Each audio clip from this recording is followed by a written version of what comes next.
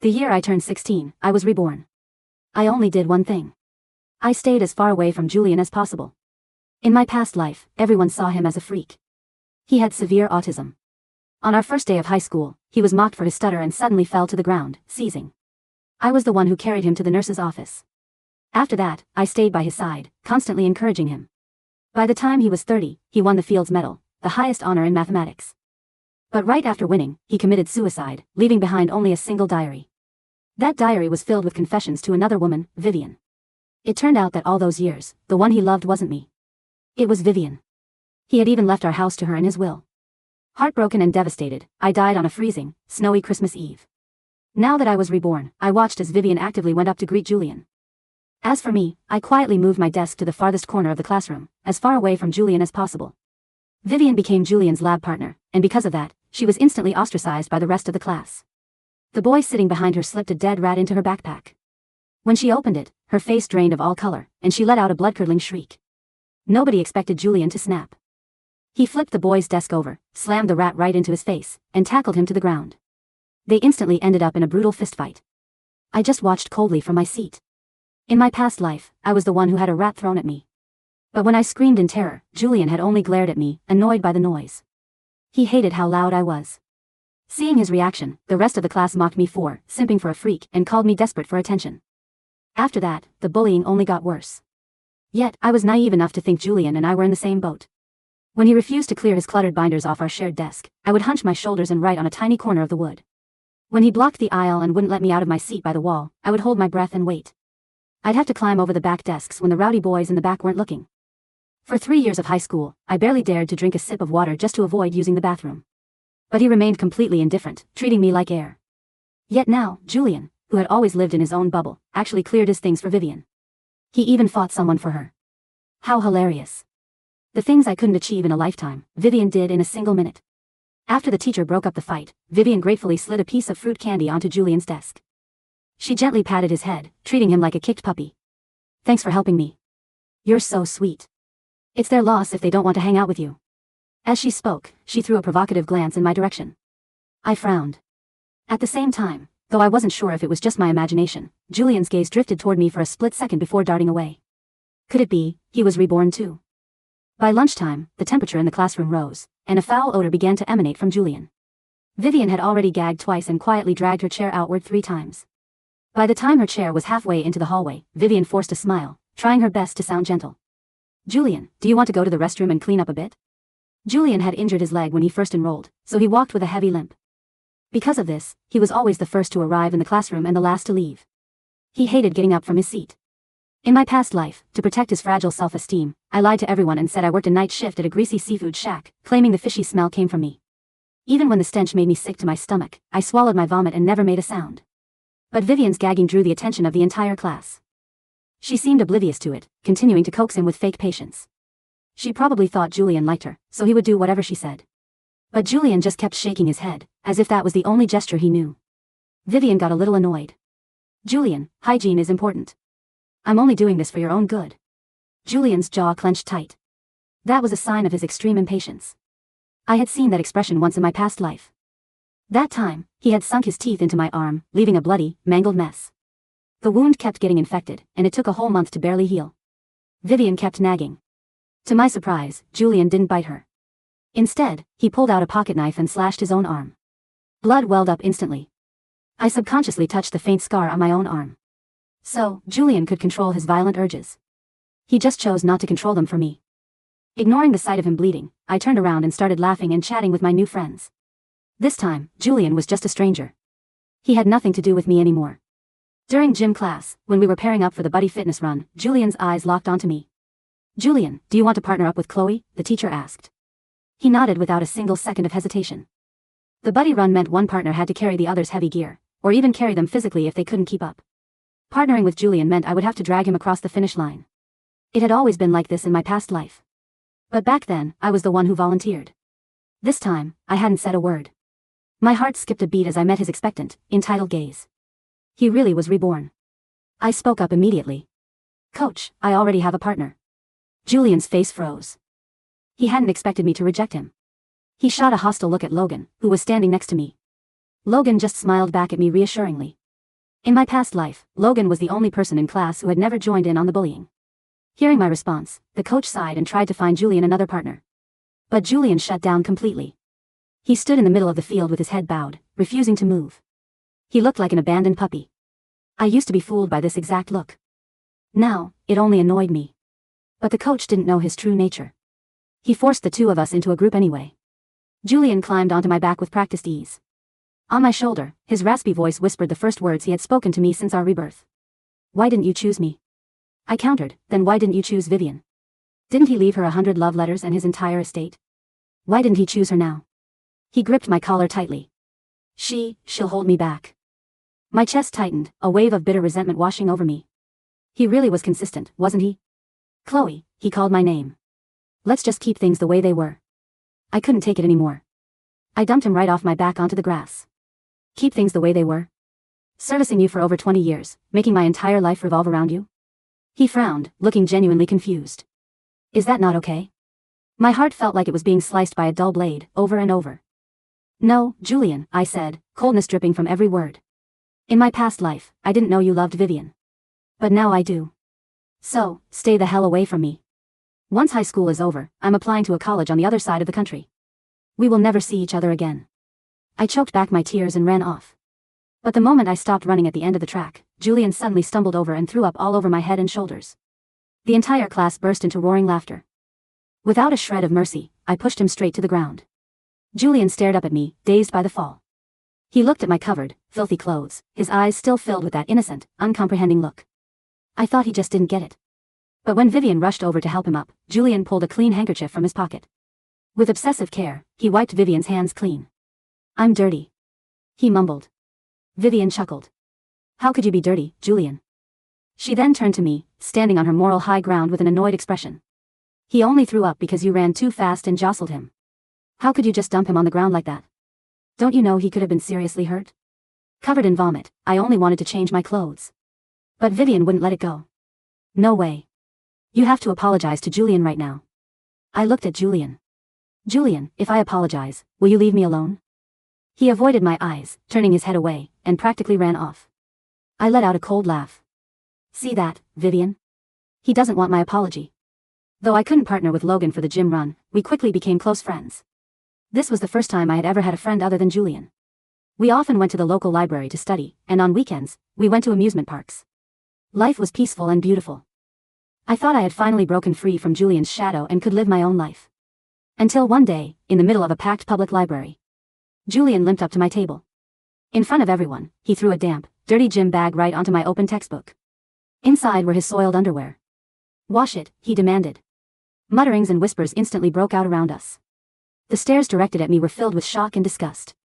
My face flushed crimson, my hands shaking with rage. I slammed the bag onto the floor and tried to focus back on my study guide. But the bag was thrown right back. This time, it hit me square in the face. Vivian, who had followed Julian inside, spoke in a sweet, dripping voice. "I'm so sorry, Chloe. Julian said you've always done his laundry." I offered to help, but he held my hand and said this kind of dirty work isn't for me. The whispering around us grew loud enough for me to hear every word. Oh my God, does Chloe actually wash Julian's underwear? But isn't Vivian Julian's girlfriend? Chloe is still doing his laundry? That's so shameless. In that instant, I felt like I was dragged right back into the nightmare of my past life, being pointed at and judged by everyone. Logan grabbed my hand. "Chloe, let's go study somewhere else." "Okay," I choked out. But Julian grabbed my arm from behind. He glared unhappily at our joined hands. "Why won't you wash it? Is it because you're going to wash his instead?" A few people in the library snickered. I couldn't stay there for another second. Logan looked at me with deep worry. I covered my face, feeling a sense of self-destructive despair. Maybe to Julian, I was never anything more than a maid. Someone destined to serve him. Even though we were reborn, he still refused to let me go. Logan comforted me. "Chloe, Julian is out of his mind. Don't listen to a word he says." I forced myself to pull things together. I applied for the early decision interview for Apex University. Julian had already been admitted to Beacon University. This time, we wouldn't be at the same school. I wouldn't have to follow him around like a shadow anymore. But the moment I pushed open the door to the interview room, my heart sank. Julian was sitting right there in the student assistant's chair, staring at me blankly. And after I finished answering all the professor's questions, he offered a single evaluation. "Chloe has zero talent. She is not cut out for this major." The very next day, his words spread like wildfire across our high school. People whispered, "Chloe isn't made for academics, but she sure has a talent for washing a guy's underwear." Some bullies even started calling me laundry girl straight to my face. Julian's presence was dragging me back into my worst nightmares. Logan didn't know the full history between us, but seeing my agony, he gently asked, "Why don't we just study abroad?" Logan's words woke me up. I immediately started preparing my transfer applications with him. We stopped going to school altogether. With me actively avoiding him, Julian didn't show up in front of me again. Finally, Logan and I boarded a plane to Europe. A month later, I had fully adjusted to my new life in Scotland. I excitedly shared some news with Logan. "There's a prestigious mathematics competition group here. If I get in, the scholarship will cover my entire tuition." He encouraged me to go for it. To step out of Julian's shadow and prove my own worth, I studied day and night, barely even remembering to eat. My hard work paid off. A senior student, Austin, said he would introduce me to the head of the competition group. I thought everything was finally going my way. Until I saw Julian again. He was the head of the competition group. Austin patted my shoulder warmly. "You should have told me you knew the legendary Julian Vance. He specifically requested you to join. But hey, your test scores are actually amazing." My entire body began to shake uncontrollably. Julian's voice sounded like a demon whispering in my ear, "Long time no see, Chloe. From now on, you'll be my personal assistant." With that, he dropped a heavy laundry bag right in front of me. "Please wash these for me." My hands and feet went icy cold. I looked at him, practically begging. "Why? Why do you have to humiliate me like this?" That familiar, confused look returned to his eyes. "Chloe, isn't it good for us to be together like we used to be?" As I spiraled into fear and anger, Vivian pushed the door open with a sweet smile. "Am I late? We should start the meeting to discuss the thesis problem." Austin nudged me. "Hey, snap out of it. It's meeting time." But Julian stopped me from entering the conference room. "She isn't attending the meeting," Julian said flatly. "She needs to stay out here and do my laundry." Vivian smiled and explained to Austin, "Austin, you didn't know? Chloe is Julian's exclusive assistant. Why else do you think he brought her into this elite group?" Under Austin's strange, judgmental gaze, I fled the building, humiliated once again. Logan was waiting for me at the entrance, holding a bouquet of red roses. The moment he saw me, his smile faded. "Hey, it's your first day with the group, I was worried you wouldn't get used to." Seeing my pale face, I threw myself into his arms, sobbing. His expression darkened. "What happened? Who messed with you?" "Logan," I cried out, "it's Julian. He's here. He's at this university too. How is that possible?" I didn't understand either. He was supposed to be at Beacon University in the US. I had literally moved across the ocean, choosing a completely different country, yet he was still here. Julian, who was supposed to be in the meeting, walked out of the building. He stared dead at Logan and called out to me. "Chloe, get over here." Logan shielded me behind his back. "She's resigning from the group. She doesn't have to listen to you anymore." "Chloe belongs to me," Julian said, his eyes filled with dark, obsessive possession. Logan patted my back comfortingly. "She doesn't belong to you. She's my girlfriend. And I want you to stay the hell away from her. Stop harassing my girlfriend." Austin, who had followed Julian out, looked utterly shocked. "Julian, are you seriously chasing after a girl who has a boyfriend? And making her do your laundry? Dude, that is incredibly messed up." But Julian looked genuinely blank. "Messed up? Of course it's messed up. They're dating, they're probably going to get married and spend their lives together. Stop trying to ruin their relationship." When the words, "get married," and "spend their lives together" registered in Julian's brain, his eyes suddenly turned bloodshot. He took a step forward, trying to grab my hand. "Chloe is mine. She can only marry me." The wind howling off the North Sea carried the sharp tang of salt and wet slate. It ripped through the stone archway of the quad, snapping the hem of my coat against my shins. Julian took another step toward me, his heavy boot dragging slightly against the cobblestones. The scar across his forearm, the one he had carved himself in our high school classroom, was hidden beneath the cuff of a charcoal cashmere sweater, but his hand shook with the exact same violent tremor I remembered from 20 years of silence and blood. "Chloe is mine," he repeated. His voice was cracked, flat, stripped of normal inflection, yet trembling with a dark, primal certainty. "She can only marry me." Logan did not retreat an inch. Taller, broader, his shoulders settled into a solid, unyielding wall between me and the past. He gripped my fingers in his, warm and calloused, anchoring me to the earth. "Get your hands off her space, Vance," Logan said, his voice quiet, low, and laced with steel. "You don't own the ground she walks on, and you sure as hell don't own her." Behind Julian, Austin stood with his jaw slack, his binder clutched awkwardly. Against his chest. Julian, mate, what are you on about?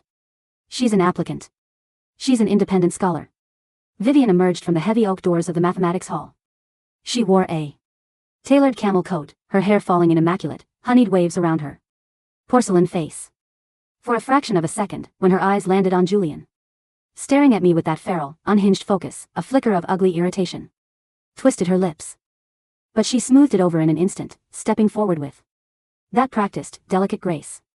Julian, Vivian called out, her voice dripping with melodious concern. She reached out and touched his sleeve. The committee chair is waiting inside.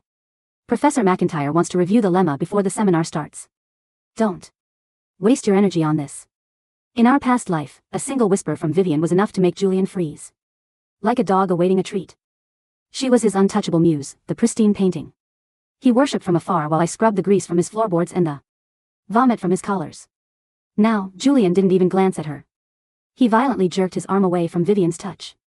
The force of the motion caught her off guard. She stumbled, her heel catching on the uneven flagstones, nearly losing her balance. Julian. Vivian gasped, her cheeks flushing with genuine embarrassment as Austin hurried to steady her. Julian's eyes never left mine. They were bloodshot, dilated, drinking in the sight of my hands intertwined with Logan's. You washed my clothes for 12 years, Julian rasped, his voice rising in pitch, cracking under the weight of an autistic meltdown colliding with frantic possessiveness. You cooked the rice with 2 cups of water. You kept the blinds drawn at 45 degrees so the glare wouldn't hurt my eyes. You gave me the quiet. You belong in the house. The quad went dead silent. Austin stared at Julian, horrified. 12 years? What the hell are you talking about? You two just graduated high school last term. To Austin, it sounded like the psychotic delusion of a deranged savant. But to me, every word was a rusty nail driven straight through my ribs. He remembered.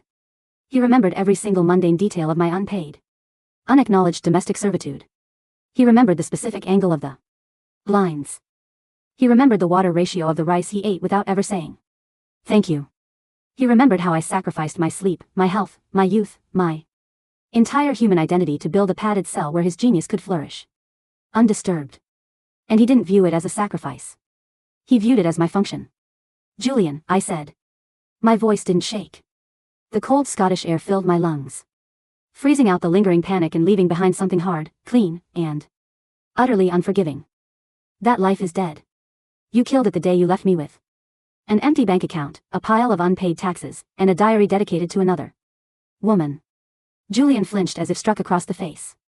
His pupils contracted. The diary, you weren't supposed to read that. That was theoretical. Theoretical?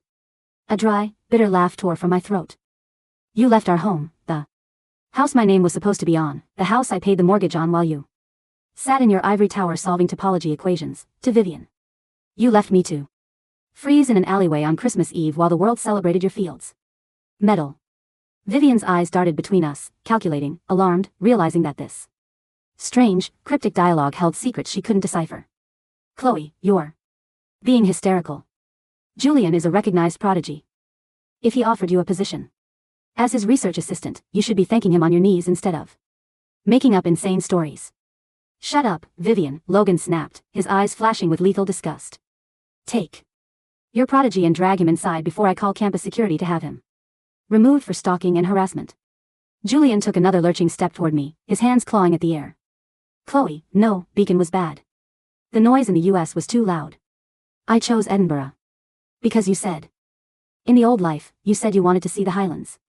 I came here for you. I let Vivian come so she wouldn't bother us. You take care of the room. I do the math. That is the proof. That is how the equation balances. The equation never balanced, Julian, I said, looking directly into those dead, brilliant eyes that had once held my entire universe captive. Because in your equation, my value was 0. I turned to Logan. Let's go. Chloe. Chloe. Julian lunged forward to grab my coat. Logan reacted instantly, stepping into his path and shoving him back with a firm, open palm against his chest. Julian stumbled backward, falling hard onto the cold stone steps, his laundry bag spilling open, dumping his crumpled shirts and dirty socks across the pavement. Austin looked at Julian with profound revulsion. Vivian stood frozen, mortified. That her genius trophy was sprawled in the dirt like a madman. Logan didn't look back. He wrapped an arm securely around my shoulders and led me away from the mathematics building, out into the bustling streets of Edinburgh, where the world was alive, noisy, chaotic, and entirely free of Julian Vance. We sat in a small, crowded cafe tucked away on South Bridge. The air smelled of roasted espresso, toasted sourdough, and rain-damp wool. Logan placed a steaming mug of hot chocolate topped with a mountain of whipped cream in front of me, sliding into the wooden booth opposite mine. He didn't ask me to explain the bizarre things Julian had said. He didn't demand to know how Julian knew about 12 years or a diary. He simply reached across the table, took my trembling hands in his, and held them until the warmth seeped back into my skin. "Drink," he said gently. "Your lips are still blue." I took a sip. The rich sweetness cut through the bitter bile rising in my throat. "Logan, aren't you going to ask me if I'm crazy?" "No," he answered without hesitation. "Because I've seen the way he looks at you. And I've seen the way you look at him. You look at him like a survivor. Looks at the wreckage of a car crash that nearly took her life." Tears pricked the corners of my eyes. "In high school, when I was drowning, you were the only one who didn't throw stones. And I'm not going to start throwing them now," Logan said, his thumb softly brushing the knuckle of my index finger. "Chloe, you didn't fly across an entire ocean just to hide under another desk. You came here to do mathematics. Real mathematics. Not his laundry." The elite competition group was my only shot at the departmental tuition waiver, I murmured, staring into the dark swirl of chocolate.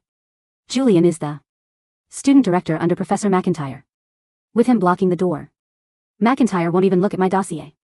Logan smiled, a sharp, confident grin that made his amber eyes catch the cafe's golden light. "McIntyre isn't the only giant in this city, Chloe." I looked up. "What do you mean?" Logan reached into his messenger bag and pulled out a thick, cream-colored pamphlet bearing the crest of the Royal Society of Edinburgh. "Professor Alistair McIntyre is a purist who relies on Julian's computational intuition because McIntyre's own research in algebraic geometry hit a brick wall 3 years ago," Logan explained, his voice low and analytical. "He needs a savant to brute force the calculations. But on the top floor of the James Clerk Maxwell building sits Professor Ingrid Lindqvist." My heart gave a sudden, hard thud. Lindqvist? The pioneer of non-Euclidean dynamical systems? She hasn't taken a student in 6 years.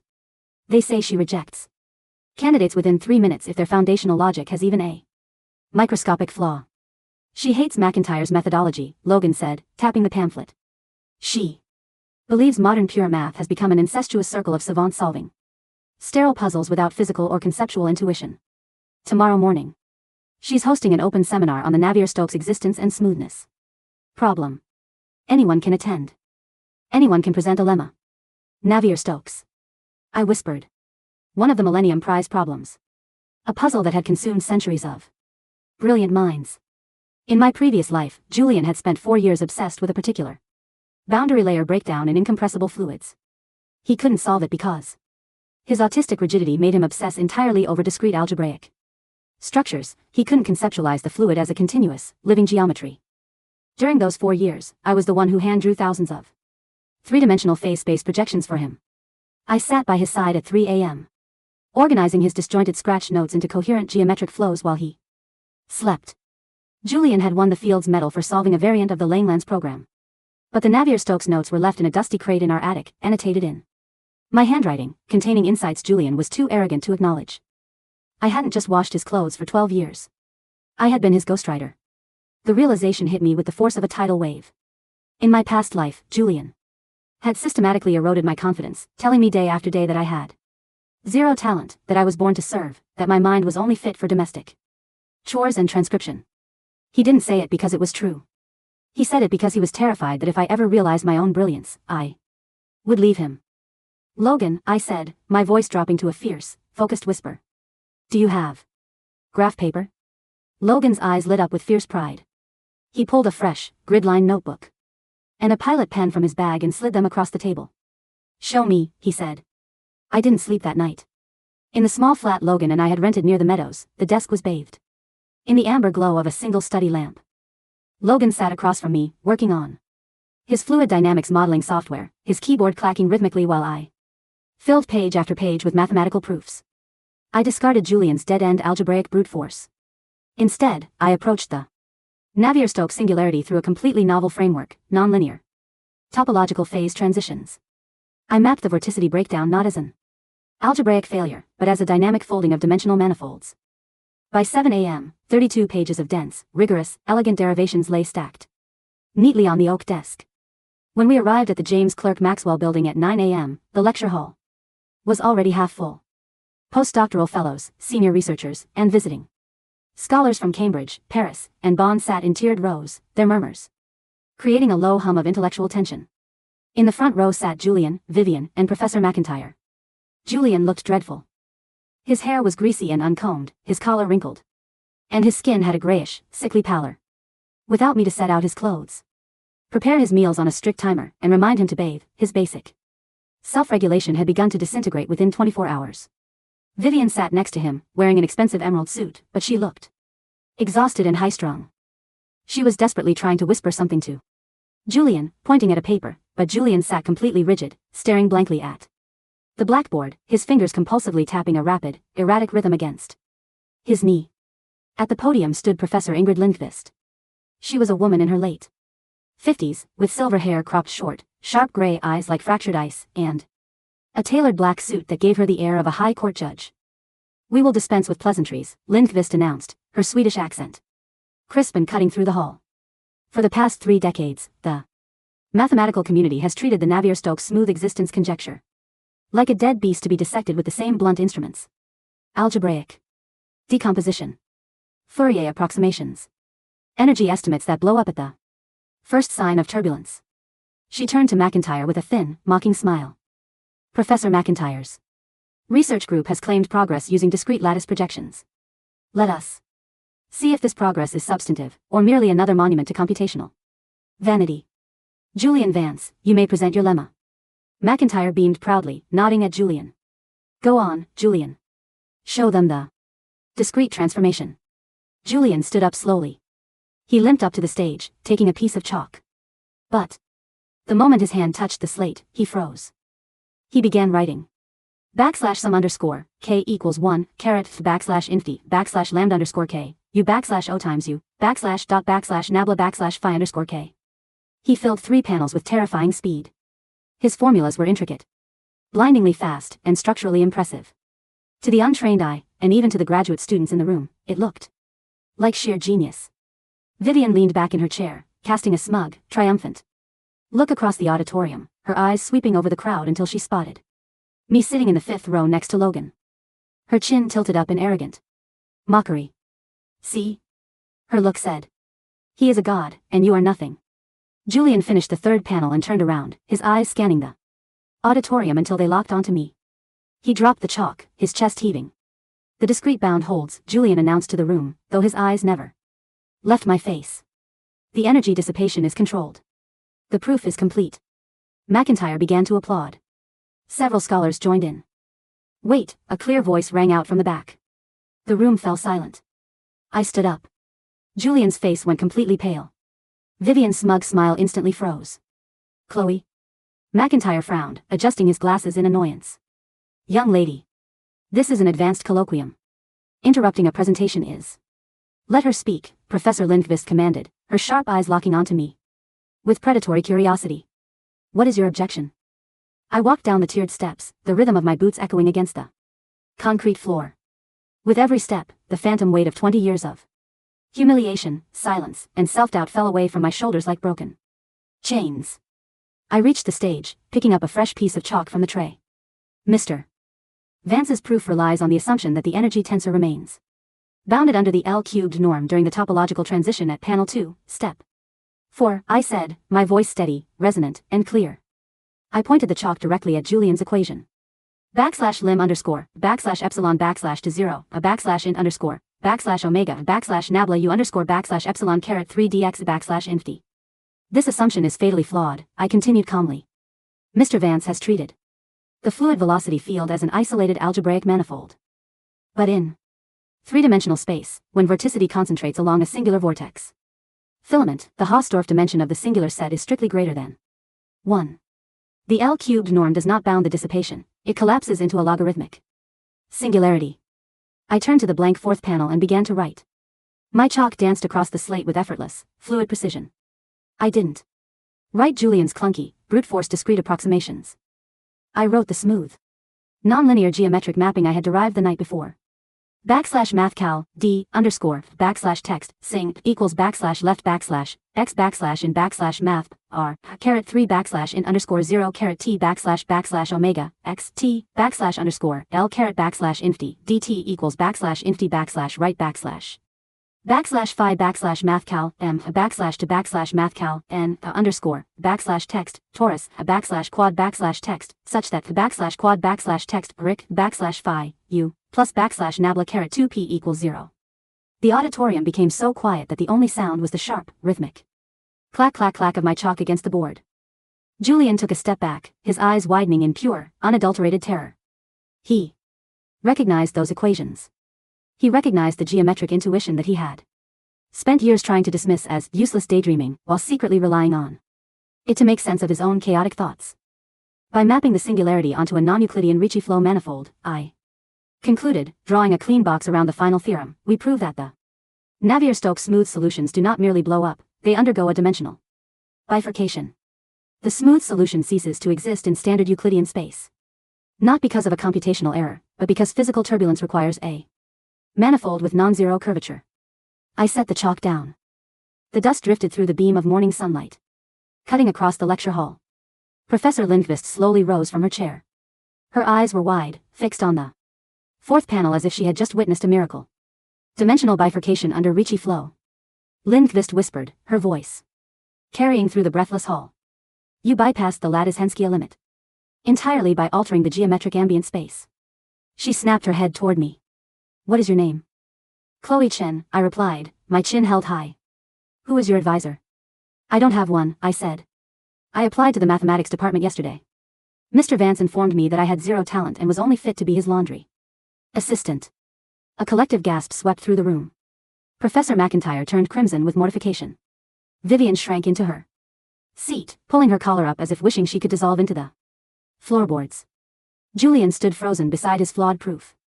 His hands were shaking violently, his breath coming in ragged, wheezing gasps. No. Julian whimpered, clutching his head. No, no, no. Chloe is the assistant. Chloe stays in the corner. Chloe washes the shirts. If Chloe does the math, then who am I? Who am I? Julian suffered a full catatonic shutdown right on the stage.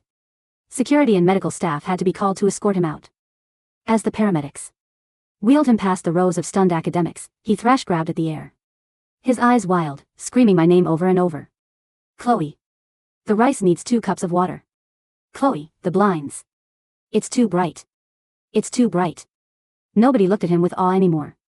The myth of the infallible, noble mathematical genius had shattered into a million repulsive pieces, revealing a pathetic, entitled parasite who could not survive without the woman he had spent 2 lifetimes exploiting. Professor Lindqvist didn't waste a single second on Julian's drama. She walked up to me, extending a firm, calloused hand. Miss Chen, Lindqvist said, her voice ringing with absolute authority. My research group has an opening for a fully funded doctoral fellow with a direct stipend from the European Research Council. You will have your own office, full access to our high-performance computing cluster, and complete autonomy over your theoretical submissions. Will you join my lab? It would be an honor, Professor, I said, shaking her hand. Good, Lindqvist said with a rare, approving nod. We begin at 8 tomorrow. And as for Mr. Vance's little competition group, she cast a disdainful glance at McIntyre. I expect the University Senate will be reviewing its funding by noon. When Logan and I walked out of the building into the crisp afternoon air, Vivian was waiting by the stone fountain. The immaculate, poised socialite was gone. Her hair was windswept and tangled. Her designer coat splattered with mud from Julian's thrashing earlier, and her eyes were wild with venomous desperation. You did this on purpose, Vivian hissed, stepping in front of us. You planned this.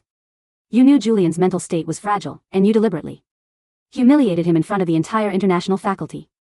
Logan stepped forward, but I placed a gentle hand on his arm, stepping up to face Vivian myself. I didn't humiliate him, Vivian, I said coldly. His own arrogance and incompetence did that. Julian isn't a god. He's a broken calculator who only knows how to add numbers if someone else holds the battery in place. You don't understand him. Vivian shrieked, losing all composure. He chose me. In our last life, he wrote that diary for me. He left that house to me. You were just a pathetic servant who couldn't accept that he never loved you. I looked at Vivian, and for the first time in 2 lifetimes, I didn't feel a shred of anger or jealousy. I felt only profound, liberating pity. Do you really think that diary was love, Vivian? I asked quietly. Vivian blinked, taken aback. Of course it was. It was hundreds of pages of poetic devotion. He called me his white moonlight, his unblemished star. He called you a star because stars are millions of miles away, I said, each word landing like an executioner's blade. Julian didn't love you, Vivian. Julian is incapable of loving another human being. You were a fantasy. An abstract, untouchable concept that never asked him to clean up his filth, never asked him to talk like a human being, never demanded emotional reciprocity. Vivian's face drained of color. He used your image as a psychological escape from his own ugliness, I continued. He left you that house because he knew it would destroy me, and he wanted to punish me for having the audacity to exist as a real person instead of an invisible ghost. But now you have him, Vivian. You have your genius. Why aren't you happy? Vivian choked, her voice faltering. How was last night, Vivian? I asked with a cruel, mocking smile. Did he let you sleep? Or did he scream for 8 hours because the detergent smelled wrong? Did he throw his dinner across the room because the peas touched the carrots? Did he bite your arm when you tried to take his filthy clothes to the laundromat? Vivian stepped back, her eyes wide with unadulterated horror. She didn't answer. She didn't have to. The purplish bruise on her wrist, hastily covered by her silk sleeve, told the entire story. In the past life, Vivian only ever saw Julian when he was dressed in immaculate suits, receiving awards, sitting in high-end restaurants, flanked by his doting assistant. She thought being his muse meant sipping champagne and basking in his glory. She had no idea that behind every second of Julian's public brilliance was 24 hours of my blood, sweat, tears, and swallowed vomit. Enjoy your white moonlight, Vivian, I whispered. He's all yours. The next 4 months were the most demanding, exhilarating, and beautiful period of my life. In Professor Lindqvist's lab, I was treated not as an assistant, but as an intellectual equal. Lindqvist challenged me relentlessly, tearing apart my proofs to make them stronger, sharper, more impenetrable. Logan and I established our own rhythm. While I spent my days mapping the geometric topology of nonlinear PDEs, Logan was recruited by the university's Advanced Robotics and Fluid Dynamics Institute. He took my theoretical models and built real-time simulations, testing the mathematical limits against turbulent airflow data. We worked late into the nights in our warm flat, surrounded by books, steaming mugs of Earl Grey, and plates of hot scones Logan baked from scratch. There was no screaming. No flying dishes. No foul odors. No walking on eggshells. When I was tired, Logan pulled me into his lap, gently massaging my temples until the tension melted away.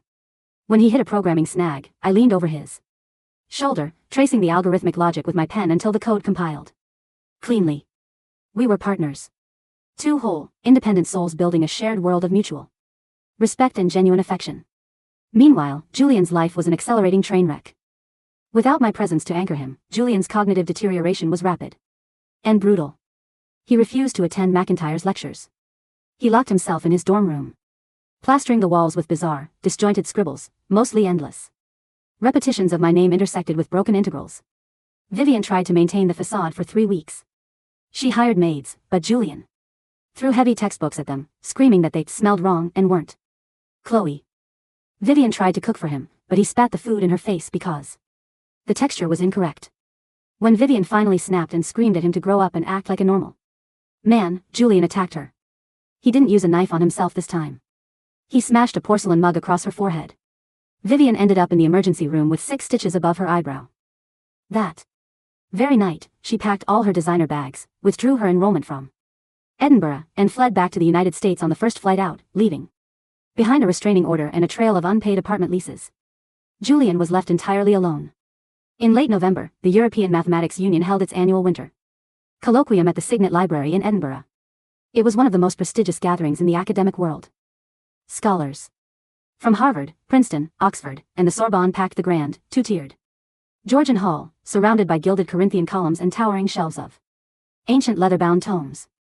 The highlight of the evening was the presentation of the Henri Poincaré Fellowship, an award given once every 4 years to the young mathematician whose Work showed the greatest promise of solving a fundamental open problem.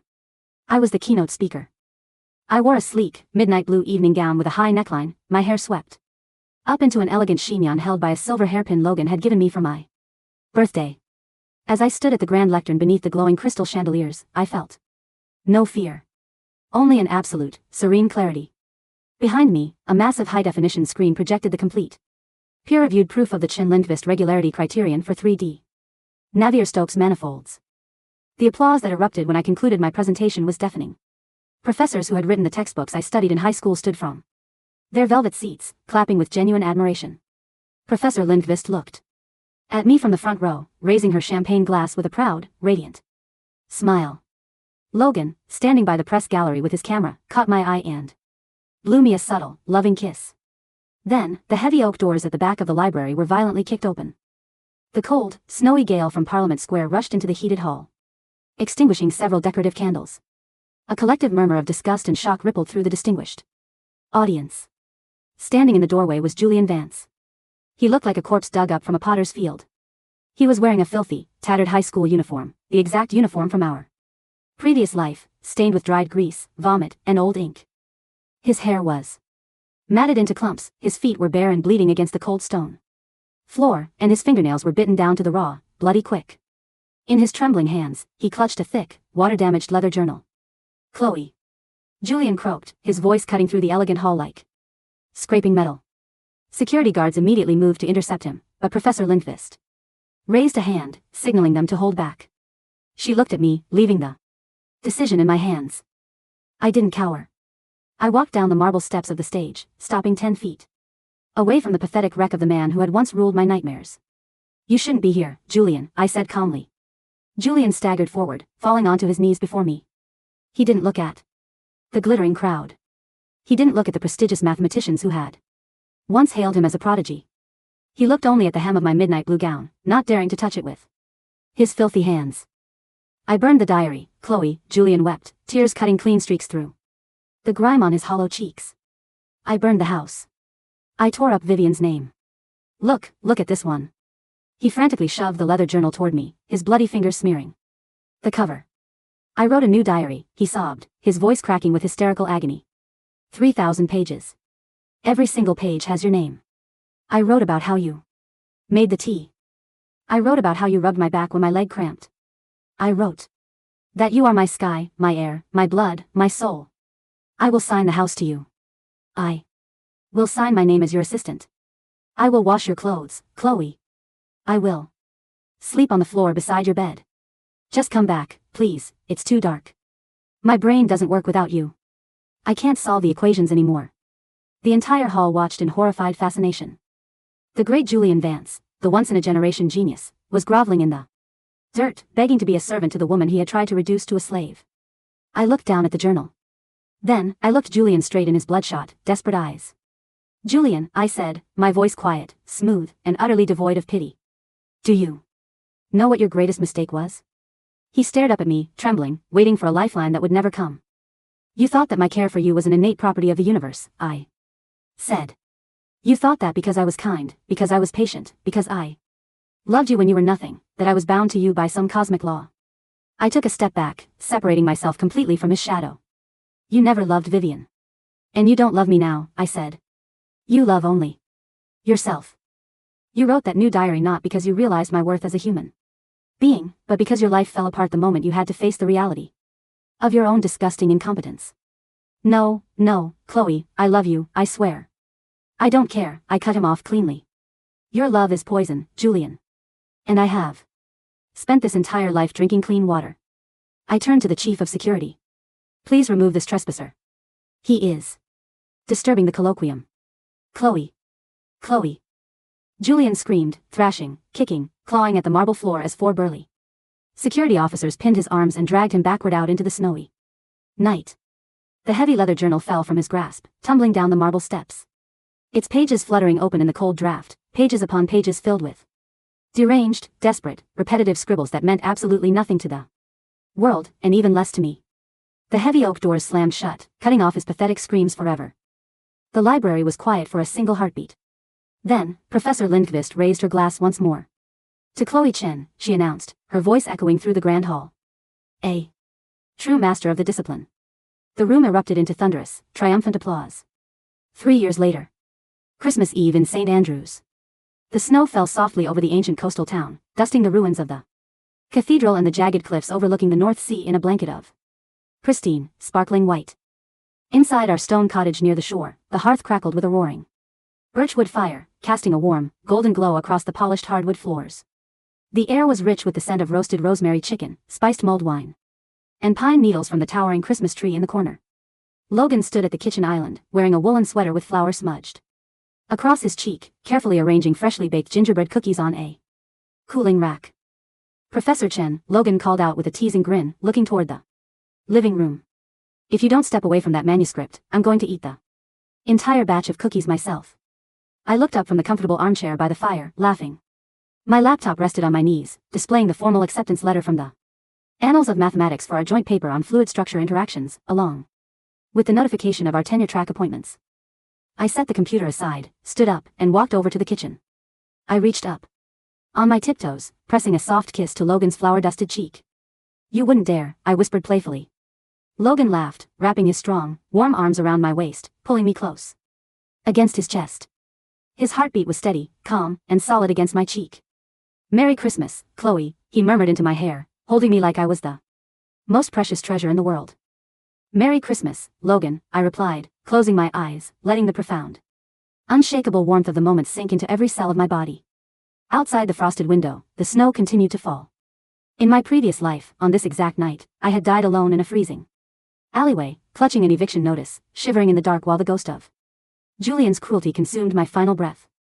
In this life, Julian Vance was confined to a long-term psychiatric facility in the Scottish countryside, his brilliant mind permanently fractured, unable to solve a basic linear equation, spending his days stacking wooden blocks in a room with padded walls. Vivian had faded into obscurity, married to an abusive, bankrupt socialite in New York, trapped in the very cycle of domestic misery she had once wished upon me. And I was here. Warm. Celebrated. Free. Loved. I looked out at the white, silent snow falling over the ocean, and for the first time in 2 lifetimes, I felt only peace. The equation was finally balanced. And the solution was paradise.